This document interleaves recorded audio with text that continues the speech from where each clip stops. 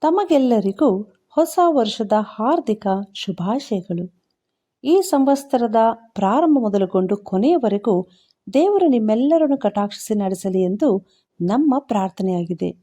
ಪ್ರಿಯರೇ, ನಾವು ಯಾರೇ ಆಗಿದ್ದರೂ ನಾವೆಲ್ಲರೂ ಮಾದರಿಗಳಾಗಿದ್ದೇವೆ. ಒಂದು ವೇಳೆ ಅದು ಒಂದು ಚಿಕ್ಕ ಗುಂಪಿಗಾಗಿರಬಹುದು, ಅಲ್ಲಿಯೂ ಕೂಡ ನಾವು ಪ್ರಭಾವ ಬೀರುವವರಾಗಿರುತ್ತೇವೆ. ನಮ್ಮ ಸ್ವಂತ ಮನೆಯಲ್ಲೂ ನಾವು ಒಬ್ಬೊಬ್ಬರಾಗಿ ಮಾದರಿಗಳಾಗಿರುತ್ತೇವೆ.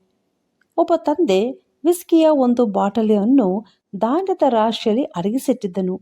ಪ್ರತಿದಿನ ಬೆಳಿಗ್ಗೆ ಅಲ್ಲಿಗೆ ಹೋಗಿ ಅದರಿಂದ ಸ್ವಲ್ಪ ಕುಡಿದು ಬರುತ್ತಿದ್ದನು. ಒಂದು ದಿವಸ ಮುಂಜಾನೆ ಎಂದಿನಂತೆ ಚಳಿಯ ಸಮಯದಲ್ಲಿ ಆ ಧಾನ್ಯದ ಕೊಠಡಿಗೆ ಕುಡಿಯಲು ಹೋದನು. ಆದರೆ ಅವನಿಗೆ ಹಿಂದಿನಿಂದ ಒಂದು ಶಬ್ದ ಕೇಳಿ ಬಂತು. ಹಿಂದೆ ನೋಡಿದಾಗ ಅವನ ಚಿಕ್ಕ ಮಗನು ಮಂಜಿನಲ್ಲಿ ಮೂಡಿದ್ದ ತನ್ನ ತಂದೆಯ ಹೆಜ್ಜೆಯ ಗುರುತಿನ ಮೇಲೆ ತನ್ನ ಹೆಜ್ಜೆ ಇಡುತ್ತಾ ಅಲ್ಲಿಗೆ ಬಂದನು. ತಂದೆ ಕೇಳಿದನು, ಮಗನೇ, ನೀನೇನು ಮಾಡ್ತಾ ಇದ್ಯಾ ಎಂಬುದಾಗಿ. ಅದಕ್ಕೆ ಮಗ ಹೇಳಿದ, ನಾನು ನಿನ್ನ ಹೆಜ್ಜೆಯನ್ನು ಹಿಂಬಾಲಿಸುತ್ತಿದ್ದೇನೆ ಅಂತ. ಆಗ ತಂದೆ ಮಗನನ್ನು ಮನೆಗೆ ಕಳುಹಿಸಿ ಆ ರಾಶಿಯಲ್ಲಿ ಅಡಗಿಸಿಟ್ಟಿದ್ದ ಬಾಟಲಿಯನ್ನು ತೆಗೆದು ಒಡೆದು ಹಾಕಿಬಿಟ್ಟನು. ತನ್ನ ಮಗನು ತನ್ನನ್ನು ಅನುಕರಿಸುವುದು ಅವನಿಗೆ ಬೇಕಾಗಿರಲಿಲ್ಲ.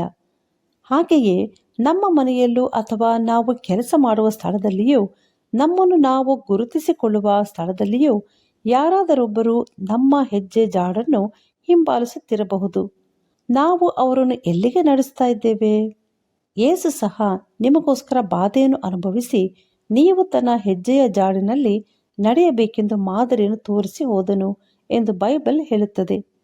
ಆದುದರಿಂದ ಈ ಹೊಸ ವರ್ಷದಲ್ಲಿ ಕೂಡ ದಿನಾಲು ಯೇಸುವಿನ ಹೆಜ್ಜೆಯ ಜಾಡಿನಲ್ಲಿ ನಡೆದು ಲೋಕಕ್ಕೆ ಮಾದರಿಗಳು